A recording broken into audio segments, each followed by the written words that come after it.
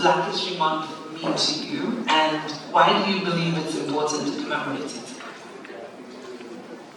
Thank you so much, and good evening. It's so good to hear Black History Month. It's, again, we've heard about reflections and to think about things and people you admire and all that.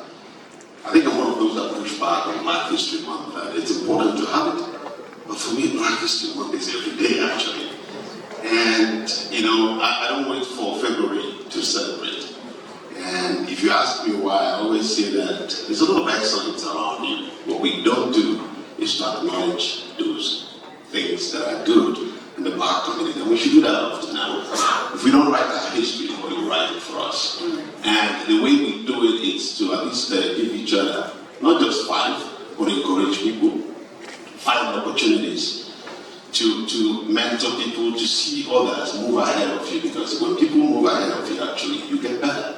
But if you surround yourself with just less people and those who don't understand that they need to challenge the status quo, then it doesn't happen. So as a Black person myself, and as a Black Canadian, I take pride in the fact that we're becoming not just large in number, but at least beginning to think about how to help and nourish each other to get better. Because when the province gets better, it's not because the province is doing well on its own. It's doing well because of the people that are in there. And Black people are part of that as well. So for me, Black History Month is just something to look forward to reflect and say, how far have I done this year?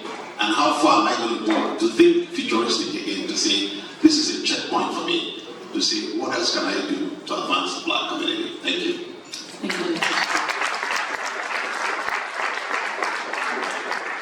You're absolutely correct. I think Black History Month shouldn't just be 1 month. And why do we have Black History Month in the shortest month of the year? We have it on another time with 31 days.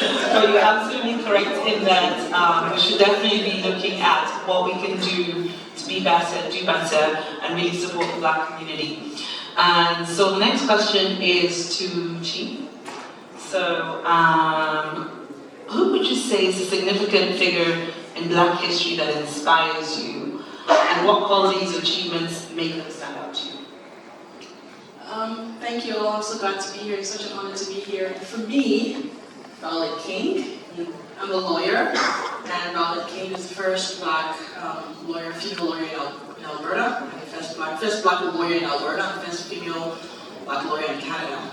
And I think about her, and I think about the adversity and the barriers that she must have faced before she could accomplish that. And it encourages me, because sometimes we create our own glass ceilings and we believe there's certain things you cannot do because you haven't seen someone do it. And just like our keynote said, being able to see that there's a Black woman who at that time went through all she went through and still became a lawyer and the first. It's unbelievable. Like, it just tells me, Chief, that you can be anything, right? Like, if I've created glass ceilings subconsciously for myself, when I think about her, which is what I do, like Black History Month is my time to actually go back and read through all these achievements, it reassures me and reminds me to break those ceilings, because there's nothing I cannot do if I set my mind to it. So, well, I keep it.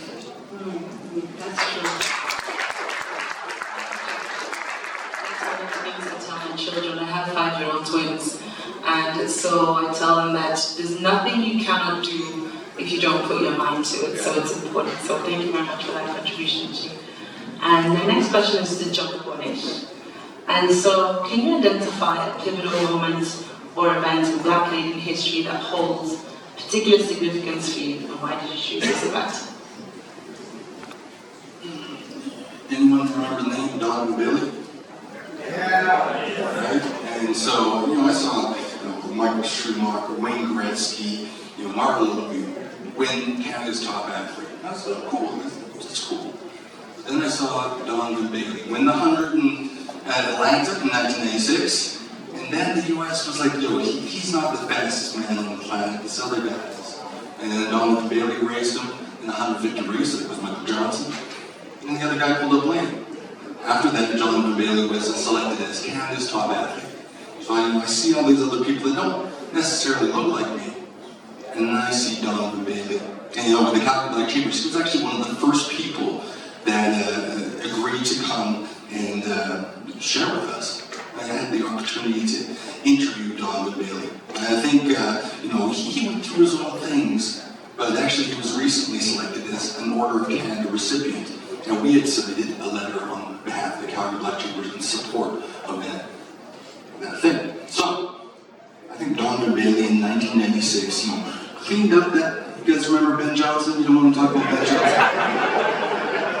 Don Bailey, he took that, he made us proud to be Canadian, he made us proud to be Black Canadians. And so I would say that's sort of a defining moment for us. All of a sudden, Black kids could do sport. Black kids could dream about making it to the next level, and whatever they did. And I think to have somebody like that elevated to that level, like we said earlier, when you see somebody break those ceilings, you feel you can do it as well. And I did in 2013, so.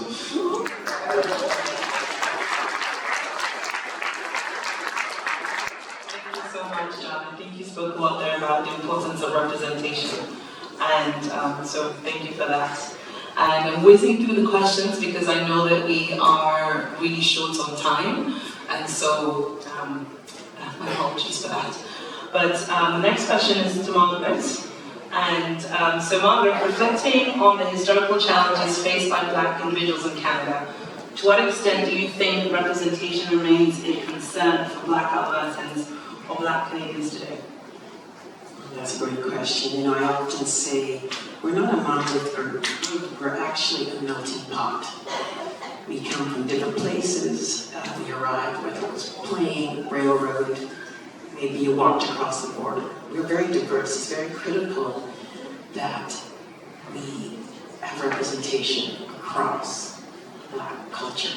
I was very impressed to see the minister and the Honourable Danielle Smith talk about the Black legends and people who have reduced barriers so that we can all walk through those doors and do it better.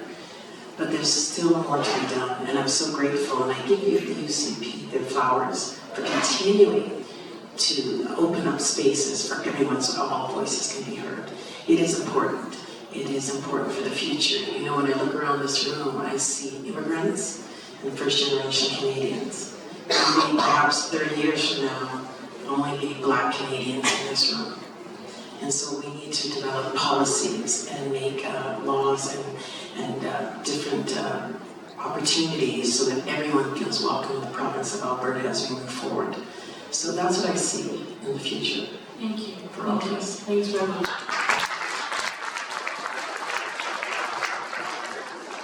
Okay, in the interest of time, I'm going to ask one more question. And I think I'd like to hear from everyone on this question. So, in what ways can non-Black allies actively support and advocate for the Black community, not just during Black History Month, but throughout the year? So, I'll start with Dr. Yusuf, please. Yeah, thank you so much, Nketti. Everybody knows I'm a liver twist. I always ask for more.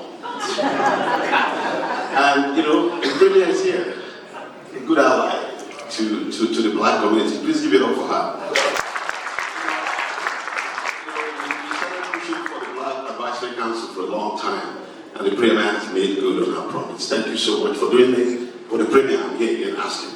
And I've got two legs today to stand up. We've got ATB, and we've got Black businesses that can get access to loan because of the historic barriers that prevent it from happening. We know how it is tough when people begin to ask you for papers and all that. We're working now with consultants like PwC, like EY, like even law firms like Blakes, to make sure that Black-owned businesses get their papers right, but still they don't get access to entrepreneurship loans the way they should be. We want them to create generational wealth. Where would that come from? We've got the bank here. Really help on that. We're asking you to do something, and we have a template that we can assist with it for all of one. The other one is, so we talk about allies, we talk about the Alberta government, and that's one. Another one is, we've got allies within the community where we all work. The only thing you can do is to mentor and sponsor somebody. Look around you. Help somebody out to grow better and be better than you. If you have good people around you, you actually, your organization will make more profit because that table will be diverse and all that. But I'm going to come back to the Alberta government because they've got a big win here. Yeah, and I said it, I'm going to twist. I opened up. You see, one thing about recognition, now we have a council. The question is, will there be bottlenecks?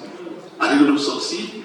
The best way they can succeed is having that dialogue and access to the minister and to the premier as often as they could, but also for them to consult. Because when we talk about allyship, we're also not just thinking about those who can mentor you, but those who can contribute to your growth. And the government has what it takes to do that. We can pass all the laws, but if we don't see within government an opportunity for people to be treated equally, DEI will purely be in the papers and not in actuality. I will stop here. Thank you.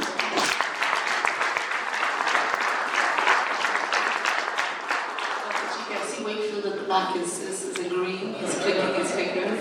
So thank you very much. You're absolutely correct in that, DEI has to go beyond just paper, otherwise it just becomes a paper type. And I know that a lot of organizations, sometimes find it particularly challenging, especially when they're facing challenges to sort of prioritize DEI because the market government is suffering, how can we focus on this? So it's absolutely correct, you're absolutely correct in that it needs to be front and center and not just, become a paper type. So thank you. And so I'm going to ask the same question to Margaret. So if you could just provide us with some insights, in terms of allyship. When I look at allyship, I go right down to the grassroots. I need you to advocate for me when I'm not there. I need you to have those tough conversations. They're not easy. It's not easy to talk about unconscious bias. It's not easy to talk about racism. It's not easy to talk about those tough conversations.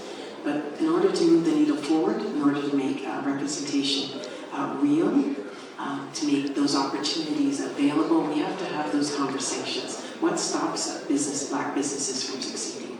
We know most Black businesses are sole proprietors. You are everything. You are chief entrepreneur, you are an idea person, you're the accountant, you're everything. That's not the case in other communities. So we really do need to look for that support from our governments to help us to move forward and move the needle. So when I think of allyship, I think of people who speak on my behalf and I'm not there because they're informed, they're educated, they're aware of the challenges that I face on a day-to-day basis.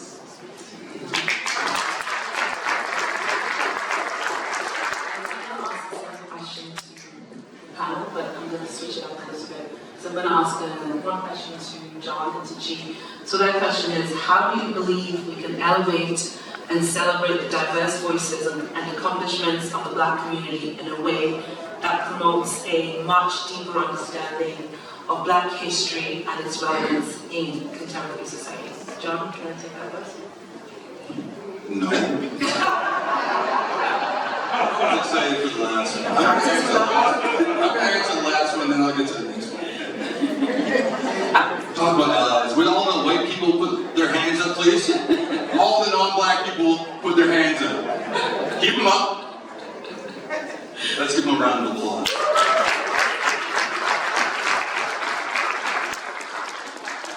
Because it's part of the story, right? We all are in this together. Sure, it's Black History Month. And there's a lot of history there, a lot of traumas that need to be sort of known. But at the same time, we're all trying to move forward. How are we going to build those bridges? And it's the allies in this room that will continue to tell the stories that we had here tonight, share them with the community, so that the next time we have this meeting, we have even more diverse crowd. Because as much as it's Black History Month, it's Albertan History Month. We're telling the story of Albertans. John Ware, yeah, he was Black, but he's Albertan. And when we start to acknowledge that tiny little difference, so you're Black, Albertan, no, both, we start inviting more people to this conversation because we need more support. We need to move the needle for Black people in Calgary, Alberta, Edmonton, Alberta, all of Alberta, and then we can start talking about actually having a future together. Okay, thank you. I want to say that you can't really get ahead without mentors, without allies. Like my history goes, a lot of people think I'm just from Sierra Leone, but I'm not just from Sierra Leone. Interestingly, my history actually dates back to Nova Scotia. So we are actually the freed slaves from Nova Scotia who went and settled in Sierra Leone. And so it's interesting that I went to Halifax actually a couple of months ago for the first time, and it was interesting. I had such a sense of belonging, and it became apparent to me that allies are important. You know, it's important that we support each other as Black people, absolutely, but allies are also an important piece of the puzzle. And so thank you for that, John. And so, Chi, do you remember the question? Should I repeat? The question was super interesting. Okay. Everybody's doing a question. Again, right, like this is a great forum to ask, like Dr. Chika said, like ask for more. So it's time to call out allies to action. And one thing at Calgary, one thing we believe is, Calgary is an organization that elevates experience of Black people in Calgary. We are for the Black community, but we're about everyone. So we need everyone to help us do that, because we alone cannot elevate our existence here. That's where allies come in. We need you to sponsor your employees, to get reverse mentorship. There are Black employees in the organization who are experiencing microaggressions. They have nobody to talk to because there's no reporting system that guarantees their anonymity, right? This is an opportunity. Black History Month is the best time to look for your high-performing Black employees. Search them out. They're there. You just haven't paid attention to them, and sponsor them. Mentorship is important. I'm a strong believer of mentorship. I have mentors, and it's amazing. But sponsors are even better, because we again believe power. How are we going to get power if nobody lifts us up? The sponsor is there to help you succeed. It's important that allies help us succeed, because the majority of the people in power are white or are not Black. We need them to help us to get there, so that when we sit at the tables, like Margaret talked about, people who speak on our behalf, but when we are there, we need people who will support you and say, Chi, go ahead and say what you want, I'm backing you. And people will listen, because that person, that ally has power. And so my call to action is, when you see something, you say something, but get the Black employee, get a Black community member. There's so many of them. Help them to succeed, because you can. And I'm not asking for handouts. I always say that, I never ask for handouts. There are amazing people who are doing great, but are being ignored by virtue of their color. No one is recognizing them because they're Black, and they fall through the cracks. No one invites them for coffee, no one takes them to play golf. But if you pick one person and say, hey, golf is really important for you to succeed here, so I'll teach you how to play golf. It takes your time, but you're helping Calgary become even better. So that's my call to action, is for you to sponsor.